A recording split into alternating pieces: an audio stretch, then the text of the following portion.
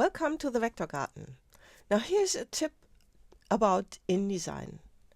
If you have a couple of texts that all should have the same formatting and it's the same logic as well, so as in this one we have the headline and the subheadline and then the text and then this thing at the end, and it's always the same, then you can have InDesign do that automatically. And here goes. First of all, I'm going to open the styles panel. So here's the character styles already, and we're going to the paragraph styles, which is in Windows styles, paragraph styles, and I'm going to dock them to the side as well. And then let's set this up. Now this red square needs a character style. So let's first select it and then go in here, and we're going to create a character style. You can use this button down here or go into the menu and do it like this. Let's call this red, and then let's check this. So character color is set to red. That's all we need here.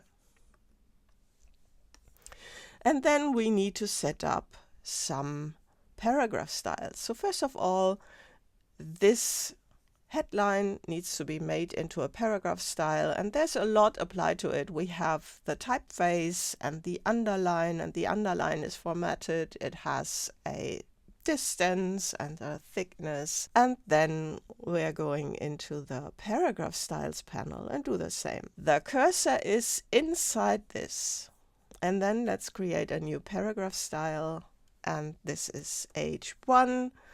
I'm using it like the web formatting because I'm kind of accustomed to that. And then let's take a look. So you see the typeface is here, and also the language has been picked up, and of course we've got the underlines. So here are the underlines, and you see everything has been picked up. Let's do OK, and then let's pick up the next one like this, new paragraph style, which is H2, and let's go to OK, and then let's put the cursor in the paragraph, and let's call that P, like this, and let's go to OK. Now you see I have created them, but they have not been applied yet. We need to change something there as well. So let's first start with this one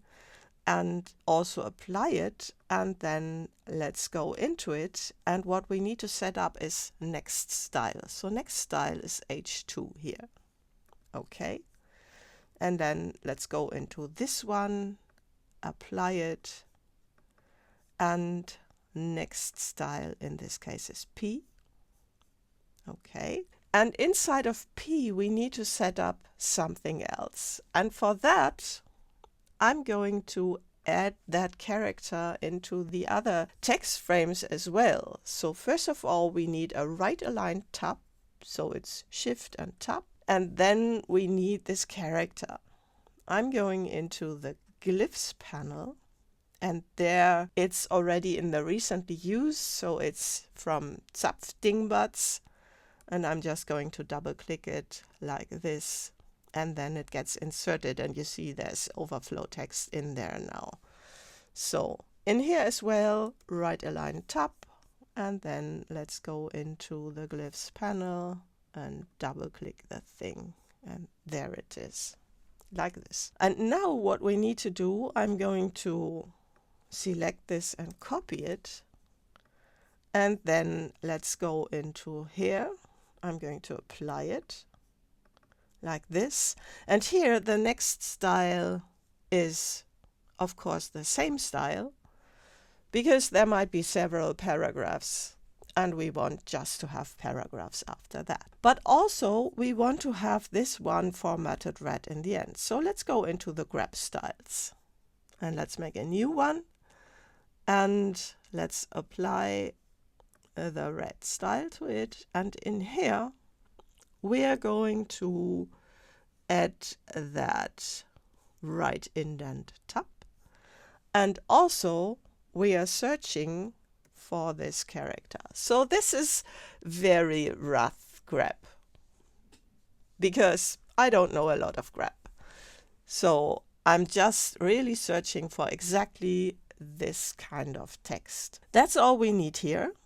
Let's go to OK. Now we need some more. We need yet another style. I'm going to select the text frame for that. Let's go to Window, Styles, and the Object Styles. And let's also create a new object style, which is also based on that frame. So I'm going to call this magazine frame like this.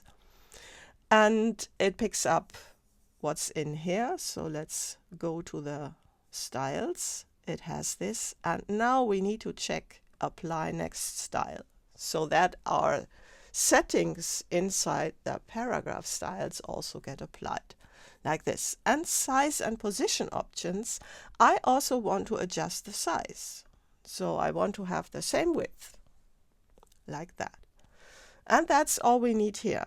So let's go to OK. And what you then can do is select just the frame, and then let's go to the object styles and apply that. And you see, InDesign automatically applies all of that. So let's put them side by side and let's just make them large enough. So that is Command, Option and C, or on Windows, Control, Alt and C, like this. And you see everything has been formatted automatically by InDesign, and it's much simpler than using the eyedropper tool for that.